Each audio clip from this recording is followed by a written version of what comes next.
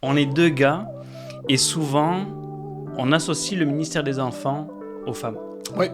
Et moi, je dis, et souvent, quand moi je fais des formations, je dis merci aux femmes d'être là parce que je pense que si les femmes n'étaient pas là dans l'église pour prendre soin des enfants et bâtir à la fois les enfants et les ados, je pense qu'il y a beaucoup d'hommes, et comme toi et moi, on ne serait pas là où on en est aujourd'hui. Toi, c'est quoi qui t'a poussé à te lancer dans le ministère des Enfants? Est-ce que tu le savais, tu as eu une révélation, tu as eu une opportunité Premièrement, Aujourd'hui, j'ai la chance d'avoir avec moi Stéphane Côté. Stéphane, merci d'être là. J'ai la chance de t'avoir parce que normalement, tu es aux États-Unis et là, tu es de passage au Canada. Effectivement.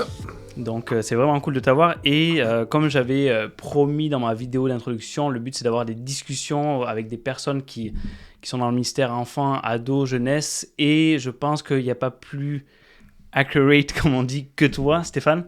Juste te présenter un petit peu. T'es pasteur, t'es conférencier en communication, en leadership. T'as été pasteur pendant des années des ministères enfance et ados à l'église Nouvelle Vie à Longueuil.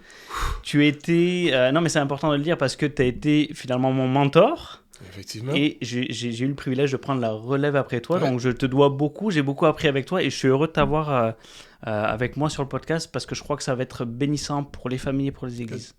Good. Moi, effectivement, j'ai eu le privilège d'être celui qui a vu Stéphane dès ses tout débuts et de voir tout ce que tu fais aujourd'hui. C'est un honneur de voir tout ça. Ouais, par contre, on ne peut pas dévoiler de dossier durant ce podcast. Non, on ne peut pas. Non. Alors, ce qui est arrivé à Nouvelle Vie est arrivé à Nouvelle Vie.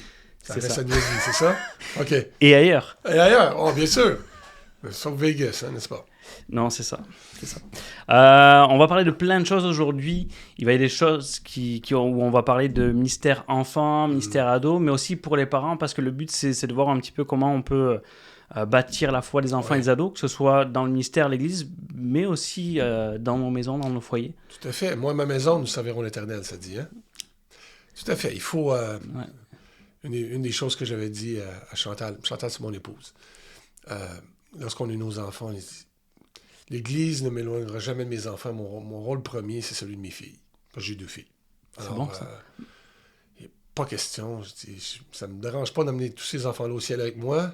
Je sais que c'est pas comme ça que ça fonctionne, mais façon de parler, si je l'amène au ciel avec moi, mais je n'amène pas mes propres filles, j'ai manqué mon ministère. Alors, ouais, puis te connaissant, t'as pas mal fait ça. Marié depuis combien de temps, Stéphane? Oui, c'est ça. 34 ans. On s'est mariés, on avait 2 ans et demi. Oui, 34 ans au mois de mai, là. Quand même. Moi, j'arrive à 15 et OK, j'ai de la marge encore, mais c'est inspirant. Ouais. Et t'as 2 filles? 2 filles. Une qui va avoir 30 ans en septembre et l'autre qui a 28 ans. Et nous serons grands-parents bientôt. Alors, pour la première fois, ça, c'est très excitant. Alors, on n'est plus obligé d'avoir des amis. Maintenant, on va être grands-parents. Alors, on va être heureux. Tu vas avoir du temps à combler. Oui, c'est clair. Mais pas pour les mêmes choses. Oh, non, pas du tout. Good. J'avais plusieurs questions pour toi. Stéphane, t'es pasteur d'enfants, pasteur d'ados. T'as fait je ne sais pas combien de réunions pour enfants, pour ados. T'as fait des camps pour enfants, des camps pour ados. Je les ai fait avec toi, entre autres. Ouais. Donc, je sais, comment tu travailles. Ouais. Et je sais l'impact que ça a eu. Et j'ai quelques questions pour toi aujourd'hui, mais écoute, sans toi à l'aise de répondre. Puis, si moi j'ai des questions par-dessus, juste soyons libres durant la discussion. Tout à fait. Première question pour toi, Steph. Qu'est-ce que tu as appris durant toutes ces années de ministère auprès des enfants et des ados? Les choses que tu as vraiment appris sur peut-être ce qui fonctionne ou peut-être les choses qui t'ont marqué de toutes ces années de ministère d'enfants et d'ados? La première chose, c'est que le ministère, c'est les gens. Ouais. Pour vrai, là, on pense souvent que c'est les techniques, c'est les choses que l'on fait. Non, c'est les gens. C'est vraiment les gens avec qui tu travailles, avec qui tu vas œuvrer, ceux que tu vas mentorer, les parents que tu vas rencontrer. Les enfants ou les ados que tu vas servir. Mais c'est vraiment ça. C'est pas une personne assise en arrière d'un ordinateur qui écrit un programme ou quelqu'un qui prend une marche qui dit « Ah, j'ai eu une révélation de ça. » Non, le ministère, c'est vraiment, d'abord et avant tout, 80% du temps, avec des gens. Si quelqu'un veut commencer, pense comme ça d'abord. Tu vas te simplifier la vie parce que si ta vision de ce que tu veux accomplir, tu peux le faire tout seul. Mon mentor à moi, John Maxwell, dirait c'est que ta vision est trop petite. Alors, je dis non. Alors, ça me prend des gens. Il faut développer des gens qui sont autour de nous. La première chose. Ouais, puis juste pour revenir là-dessus, je me rappelle, puis c'est quelque chose que j'ai fait moi aussi, plus tard. C'est qu'une des choses qu'on avait faites, puis qui était importante, c'est, tu parles des gens, mais d'apprendre à se connaître, et d'apprendre à connaître les gens avec qui on travaille aussi. Puis on avait fait des tests de personnalité pour apprendre à se connaître, mieux travailler ensemble. Mais aussi, même, il y a toujours cette idée même d'aller connaître les jeunes, aller connaître les enfants. Puis moi, je sais que c'est des choses que j'ai fait par la suite, que j'ai et qui ont très bien fonctionné. Moi, c'est un truc que je vous conseille si vous êtes en leadership, vraiment avec vos équipes. Apprenez à les connaître, faites des tests de personnalité, vous allez voir, ça va être plus fluide. Et quand on connaît les gens, ça fait que le ministère est plus facile, je trouve. Tout à fait, parce qu'avec les gens, des fois c'est facile, des fois c'est compliqué un peu, mais ce qui rend la chose complexe. Pour vrai, là, on priera autant qu'on voudra, là. Si on ne comprend pas comment les gens sont en bon français, là, sont guéris, là, comment ils sont créés, leur dynamique de motivation et tout ça, tu travailles trop fort pour rien. Mais un coup que tu les comprends un peu mieux, tu sais ce qui va les faire avancer. Tu vas comprendre comment Dieu les a créés. Et là, ça simplifie les choses. Alors, tu peux te concentrer sur ce qui a besoin d'être fait, puis beaucoup plus simple. Ouais, ça évite des problèmes et des incompréhensions. Oh, tout à fait. Oh, mes amis, oui. Est-ce qu'il y a d'autres choses par rapport aux enfants que tu as appris, aux ados, ou peut-être des façons de faire le ministère avec eux, que tu dis, ça, c'est vraiment des essentiels après toutes ces années de ministère, d'expérience fais quelque chose que tu n'as jamais fait encore. Bon, je me dis encore ça à ce jour. Hein. Qu'est-ce que tu veux dire? Bon, mais par exemple, à l'époque, là, t'étais là, nos premières vidéos. Ouais, dis pas à l'époque. Non, mais c'est l'époque. C'était une autre ère. C'était les dinosaures venaient de disparaître. C'était vraiment ça. Là. Mais on avait commencé, si tu te souviens, on avait fait des vidéos. Oui. Non, mais c'était pas la mode à l'époque. C'était pas quelque chose de cool, rien de tout ça. Les vidéos, on les regarde aujourd'hui, elles ont mal vieilli. Mais on a essayé quelque chose qui nous a amené à faire plein d'autres choses par la suite, qui nous ont amené à écrire des programmes que tu fais encore aujourd'hui qui sont absolument extraordinaires pour les enfants. Alors, ils ont le goût d'apprendre. Alors, d'avoir ce goût de l'aventure, de l'apprentissage. Faut toujours que ça soit présent. Faut pas avoir peur un peu du ridicule. Je pense que ça fait partie du travail des enfants et des ados. Tu prends tout au sérieux, mais tu peux pas te prendre trop au sérieux, pour vrai, là. Je veux dire, c'est pas... Je pense que j'ai l'exemple parfait pour ça. Je me rappelle, durant la pandémie... Oh non. On avait fait l'émission Extra Moutarde. Oui. Et la première émission, la première vision qu'on a de moi, c'est moi déguisé en Superman en train de danser. Et j'ai un excellent ami à moi qui m'a appelé et qui m'a dit « Maintenant, je sais que tu es mort à toi-même. » Oui, tout à fait. C'est clair. C'est même pas une question. mais je suis d'accord avec toi de dire de ne pas avoir peur du ridicule et d'essayer des choses. Et au pire, on aura trouvé une manière de comment ne pas faire certaines choses. Ça fait partie de l'apprentissage aussi. Il y a des choses qu'on a faites, que j'ai fait dans la vie, puis je dis, ah oui, ça va fonctionner. Ça va sûrement être très, très intéressant. Les jeunes vont comprendre la foi et tout ça. Et tu découvres que, ah non, c'était nul. Ça fonctionnait pas. Alors, OK, bon. J'ai appris une façon de ne pas fonctionner. Puis il y a d'autres choses que tu essaies, puis tu dis, je sais pas si ça va fonctionner. Et tout d'un coup, c'est comme, waouh! Ça crée quelque chose. Et là, tu dis, OK, bon, ben, on va y aller. Si faut pas avoir peur du ridicule, ça veut pas dire que tu dois faire des choses ridicules. Ah, ça, c'est autre chose. Pas niaiseux, on parle de l'Évangile, on parle de choses qui peuvent changer le courant d'existence de quelqu'un. Alors ça, faut que tu te prennes au sérieux. Puis tu peux avoir beaucoup de plaisir en le faisant, mais fais pas quelque chose de ridicule juste pour être ridicule. Ça, c'est un peu inutile. Mais tu peux avoir du plaisir. Ben, ça, c'est hors scène, là, tu peux avoir toutes sortes de niaiseries que tu peux faire, mais je pense que c'est quelque chose que... Puis les enfants et les ados vont te permettre ça. Ouais. Pas les adultes. Non, pas les adultes. Mais tu peux faire plein de choses que les enfants n'y verront pas un blocage spirituel, eux. Ils comprennent très bien que tu essaies de les joindre, tu essaies d'être dans leur monde à eux. Comme Paul disait, je me suis fait tout à tous. Alors, c'est à ce moment-là où tu essaies d'entrer dans ce monde des jeunes-là. Tu n'essaies pas d'avoir 10 ans, là. Non, c'est ça. Mais tu essaies de penser comme un garçon de 10 ans ou une fille de 12 ans ou des jumeaux de 8 ans. Ouais, et ça, je sais que pour toi, c'est facile de penser comme un enfant de 7 ans. Ou pas. Blague à part, Steph. Non, effectivement, c'est pas si difficile que ça. On est deux gars, et souvent, on associe le ministère des enfants aux femmes. Oui. Et moi, je dis, et souvent, quand moi je fais des formations, je dis merci aux femmes d'être là parce que je pense que si les femmes n'étaient pas là dans l'église pour prendre soin des enfants et bâtir à la fois les enfants et les ados, je pense qu'il y a beaucoup d'hommes, et comme toi et moi, on ne serait pas là où on en est aujourd'hui. Mais ce qui est intéressant, c'est qu'on est deux gars passionnés par le ministère des enfants Ouais. et de dire, ben oui, ça existe, mais ça prend des gars qui se lancent dans ce ministère-là. Ouais. Toi, c'est quoi qui t'a poussé à te lancer dans le ministère des enfants? Est-ce que tu le savais, tu as eu une révélation, tu as eu une opportunité? Comment ça Premièrement, se moi, fait? c'est des gars qui m'ont enseigné. Ouais. À l'église où j'étais, il s'appelle Jacques. À ce jour encore, je suis le produit de son ministère. Bon, est-ce qu'il était un excellent moniteur avec les enfants? Non, pas particulièrement. Mhm. C'était pas particulièrement un excellent enseignant non plus. Alors, mais il a pris le temps de me connaître. Il y avait des pool parties chez lui, il y avait des barbecues, tout ça. Alors, il créait quelque chose qui était au-delà du dimanche. Au-delà du dimanche. Et ça, c'est très important. Alors, mes premiers enseignants, moi, c'était des hommes. Puis là, on parle pas c'est un homme, il avait des biceps, je te dis, gros comme mes cuisses, là. Il était fait d'un bloc de roc, là.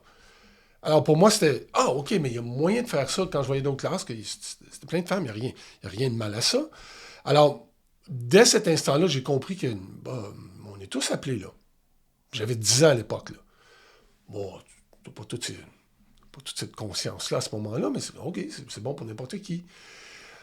Le jour où j'ai compris que je commencerais à travailler avec des enfants, j'avais 16 ans, première fois que j'enseignais. Ok, 16 ans. J'avais 16 ans, Wow. oui. Oui, mon pasteur, ça faisait au moins 6 mois qu'il m'achalait. Puis littéralement, il m'achalait. Toutes les semaines, on a besoin de toi. Parce qu'il y avait un trou dans le Titanic, là. Il fallait combler les besoins, il manquait de gens. Ah ouais, Alors, c'est bizarre pour ça. Il me semble dans aucune église, il y a de problème de recrutement. il y en avait un. En tout cas, dans notre église à nous, il y en avait un. Ok, wow. Et puis, il y avait un gars qui arrêtait pas de demander. Alors, j'ai fait un deal avec mon pasteur. J'ai dit, je le fais un mois. Si j'aime ça, je reste. Si je n'aime pas ça, tu me le demandes jamais. Plus jamais, c'est fini. Il dit, oui, non, mais j'ai dit, c'est quoi, on serre la main, là. Je vous dis, c'est important. On s'est serré la main. Et puis, après le premier dimanche, je dis, OK, je crois que je vais faire ça pour toute ma vie. 16 ans. Mais est-ce que tu savais à ce moment-là que tu voulais aller dans le ministère? Je te pose cette question-là parce que souvent, puis on le sait dans nos églises, la plupart c'est des hommes pasteurs, etc. Il y a toujours l'idée de je suis appelé au ministère, mais pour être pasteur d'une église principale. Et quelque part, il y a toujours cette idée que le ministère des enfants ou des ados, c'est en attendant. Ouais, moi, je voyais pas ça comme ça. Il faut comprendre, là, on recule à l'époque, là. Pour vrai, là. On recule de 40 ans, là. Oh, oh, oh, oh, oh, oh. Ça fait mal, hein? Ça fait mal, hein? Ça fait 40 ans de ça. Il n'y avait pas de pasteur pour enfants. Ça Non, n'existait pas. Il n'y en avait pas. C'était même pas dans la pensée de la chose, là. Alors, évidemment, je ne pensais pas que je deviendrais pasteur pour enfants. Mais la conception n'était pas « je veux devenir ça ». La conception était plutôt « j'ai l'occasion de faire quelque chose, faisons-le. On verra ce que ça donnera ». Puis à travers les années, quelques années plus tard, je suis devenu pasteur de la jeunesse de cette église-là. Et j'ai dit, on grandit dans le ministère jeunesse, on va faire ça. Mais il n'y avait pas plus de pasteurs jeunesse à l'époque, là. Non, c'est vrai. Bon, OK, mais je cherchais pas un salaire, je cherche à servir Dieu et à aider les gens. C'était ça le but. C'était pas de me trouver un salaire. C'était pas d'avoir une job. C'était pas, encore à ce jour, c'est pas plus. Right? Mais est-ce que je savais que je ferais ça comme pasteur toute ma vie? Non. Aucune idée. J'avais aucune idée. Puis de plus, je voulais pas être pasteur d'une église. Je m'en voyais difficilement faire ça. C'est pas quelque chose que je voulais faire non plus. Alors, je dis, OK, tu fais ce que tu fais et tu réponds à l'appel de Dieu. L'appel de Dieu, c'est pas nécessairement... si on peut prendre une seconde là-dessus, c'est pas d'avoir un travail à temps plein dans une église. Vivre de mon ministère, être payé à temps plein dans mon église, ça a pris 20 ans. Ouais. Mais c'était même pas une recherche. Je voulais ça. Je travaillais dans un hôpital, dans l'hôtellerie, j'ai fait plein de choses. Mais le sentiment, en anglais, on dit fulfillment, qui me remplissait, là, c'est ce que je faisais qui ne me payait pas. Parce que les buts de vie, il n'y a pas toujours de l'argent associé à ça. Non. Alors, c'est comme, on va servir, on verra ce que ça donnera. Et puis, mais à l'âge de 18 ans, je savais qu'à un moment donné dans ma vie, c'est ce que je ferais pour le restant de ma vie, et qu'un jour, j'en serais payé. Ça, c'était clair. Ouais. Ouais. Je me rappelle quand j'ai commencé il y a un peu plus de 15 ans avec toi, Ouais. t'es le premier gars, le premier pasteur qui initiait l'idée que et pourquoi tu pourrais pas faire ça toute ta vie? Ouais. Comme si c'était une étape, parce que j'ai tellement vu de pasteurs, en tout cas stagiaires qui commencent par là, parce qu'il faut bien, quelqu'un pour le faire, et deux, pour se faire ses armes. Mais c'est comme si j'ai l'impression, ce que je trouve dommage des fois dans les pasteurs enfants ou ados, ou jeunesse, c'est qu'ils commencent, ils font plusieurs années, ils n'ont acquis une expérience, et là ils sont au top de leur connaissance, de leur expérience, puis c'est là qu'ils deviennent pasteurs d'église. Puis gloire à Dieu pour ces pasteurs d'église, mais je me dis, quel dommage, il y a quelque chose qui est perdu. Oui. Et t'es le premier à m'avoir juste mis cette idée de et pourquoi pas? Et pourquoi pas que ce soit toute une vie? Et souvent, il y a des questions de ok, mais tu pourrais être pasteur d'église, tout ça. Mais tu as déposé cette idée-là, et puis je me dis, bah oui, c'est vrai. Si j'avais $1 pour chaque fois qu'on me pose la question, ouais, mais c'est quand tu vas devenir un vrai pasteur? Écoute, aujourd'hui, je serais millionnaire, là. Non, puis à chaque fois, je répondais, je le suis. Ouais. Et puis, il y avait des gens, pas mal, il n'y a pas de mauvaise intention, il n'y a pas de jugement de rien de tout ça, mais je veux dire, j'ai 500 enfants dimanche matin, moi. Quand même. Toi, t'as 50 adultes. Ouais. Puis, le jeu, c'est pas le jeu de la comparaison, c'est pas ça, là. Mais mon église à moi, qui est composée de jeunes gens de 0 à 12 ans, 15 ans, 16 ans, 18 ans, qu'importe. Ouais, là, juste 10 fois plus grosse que ton église à toi. Ouais. Et c'est pas que moi je suis le plus important, c'est pas ça du tout l'idée, là. Mais mon ministère, Dieu m'a appelé là.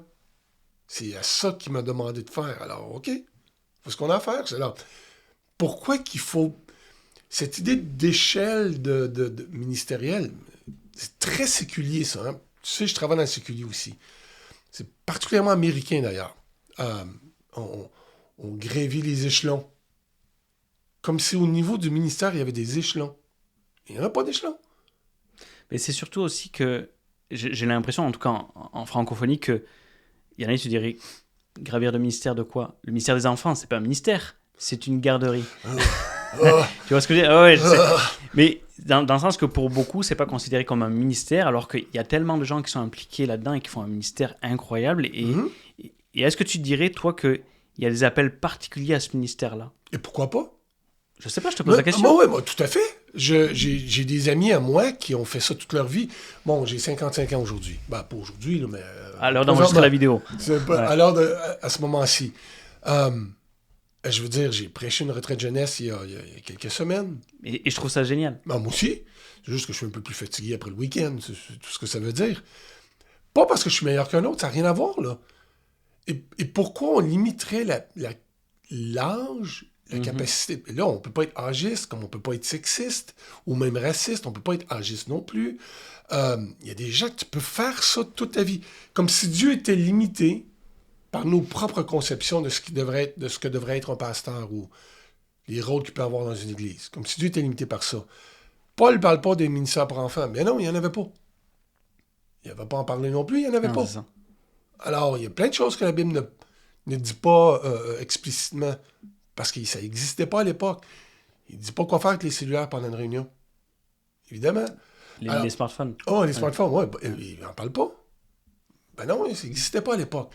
Alors, définitivement, sans l'ombre d'un doute, si quelqu'un se sent appelé à être... Bon, je vais commencer à faire l'œuvre du ministère avec les enfants ou avec des ados, ça serait de limiter Dieu de dire que je vais faire ça pour une saison pour passer à autre chose. Et si Dieu voulait t'utiliser là pour le restant de ta vie,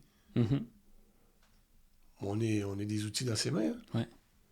On va être prêt? Tout à l'heure, tu as parlé d'âge, tu as dit que tu venais de faire une retraite, une soirée jeunesse, tout ça. Ouais. Et souvent, je trouve que dans le ministère, enfin, mais surtout plus ado, ministère jeunesse, c'est comme s'il y a un âge de péremption. Ouais.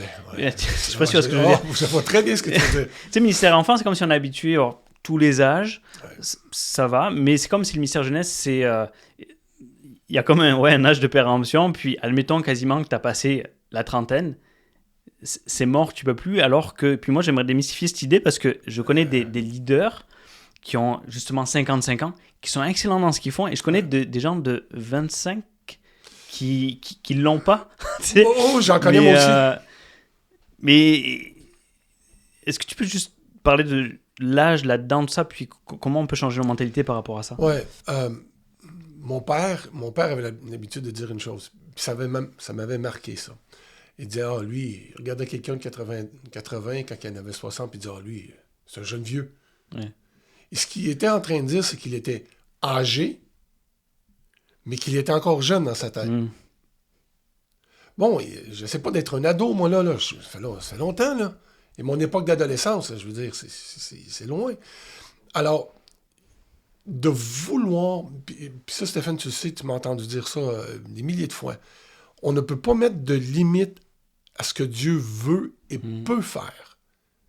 Mais il y a des limites à ce que Dieu peut et veut faire. Je ne veux pas être hérétique, là, mais lorsqu'il y a des limites, c'est nous qui les mettons pour Dieu. Et Dieu, parfois, ne dépassera pas ça. Alors, si l'âge de péremption, c'est 30 ans, 32 ans, quand tu es vraiment bon, peut-être 35 ans, ben là, on a un problème. Tu sais, comme je mentionnais tout à l'heure, être âgiste, c'est un péché. Josué, dans l'Ancien Testament, j'ai encore la vigueur et la force de ma jeunesse. Il y a des jeunes gens qui n'étaient pas capables de suivre, et lui, il en avait 80. Alors, il n'y a pas de... L'âge, c'est pas juste un nombre, évidemment, mais on ne peut pas être âgiste. C'est un péché être âgiste. On met une limite à l'âge. Paul mentionne ceci, hein? Personne ne te méprise parce que tu es jeune. Comme si la jeunesse sous-entendait de la stupidité. Ben non. On ne peut pas être âgiste. Moi, à mon âge, je ne peux pas être âgiste envers quelqu'un qui est jeune. Alors, le jeune ne peut pas être âgiste envers quelqu'un qui est plus âgé. Dieu, je dirais, pas limité par l'âge, là. Ouais, du tout. Et de la même manière, il y a l'agisme pour les plus vieux, mais il peut y avoir aussi l'agisme pour les plus jeunes. Oh, tout à fait. Est-ce que, enfin, dans le ministère qu'on a fait, on a souvent impliqué les ados avec les enfants. Oui. Est-ce que tu dirais qu'il y a une limite d'âge pour ça? Est-ce que, ou pas, elle est où la limite jusqu'où, entre guillemets, on peut impliquer nos jeunes? Moi, je crois qu'il y a du bon à ça, à ce que nos jeunes, nos ados prennent leur place dans l'église. Ben oui. Puis s'impliquer avec les enfants. Est-ce qu'il y a une limite? Où est-ce que ça se situe? Comment tu dirais? Si tu te souviens, ce qu'on faisait, c'est qu'il devait avoir au moins 2 années scolaires de différence. Oui. Un minimum de 2 années scolaires de différence. Puis ça dépendait des groupes d'âge. Puis ça allait même jusqu'à 4 ans.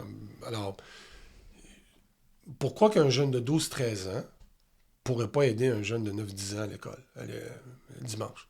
Et pourquoi pas? Il y a plein d'études qui ont été faites, particulièrement aux États-Unis, là, qui fait qu'il y a quelques facteurs qui font que quelqu'un va accrocher à sa foi. Un de ces facteurs-là, c'est celui où tu es actif. Ouais. Alors, on a d'autres... des fois, on a des difficultés avec nos ados à l'église. Ils ont une réunion le vendredi, et là, on voudrait leur donner une autre réunion le dimanche.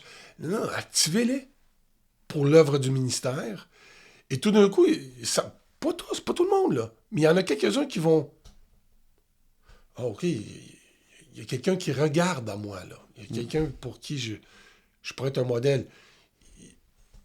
Ils vont se ressaisir un peu, hein? Alors, moi, là, si tu te souviens, les jeunes de 8 ans qui peuvent aider, bien sûr. Ouais. Bien sûr. Aucun problème avec ça. L'idée, c'est qu'il faut qu'ils soient assez responsables, entourés de gens qui sont responsables. Je veux dire, je leur confie pas de faire fonctionner toute la machine, là. Ouais.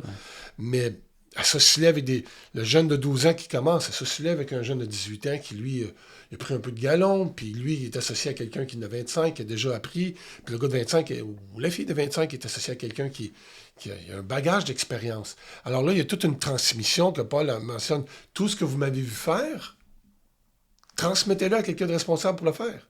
Alors, allez, c'est le fun. Dans ta propre équipe, il y a des jeunes qui sont maintenant embauchés à l'église. C'est des kids du moment où moi j'étais là.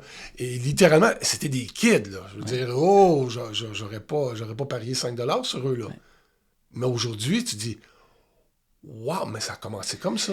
Steph, merci d'avoir été là dans ce podcast-là.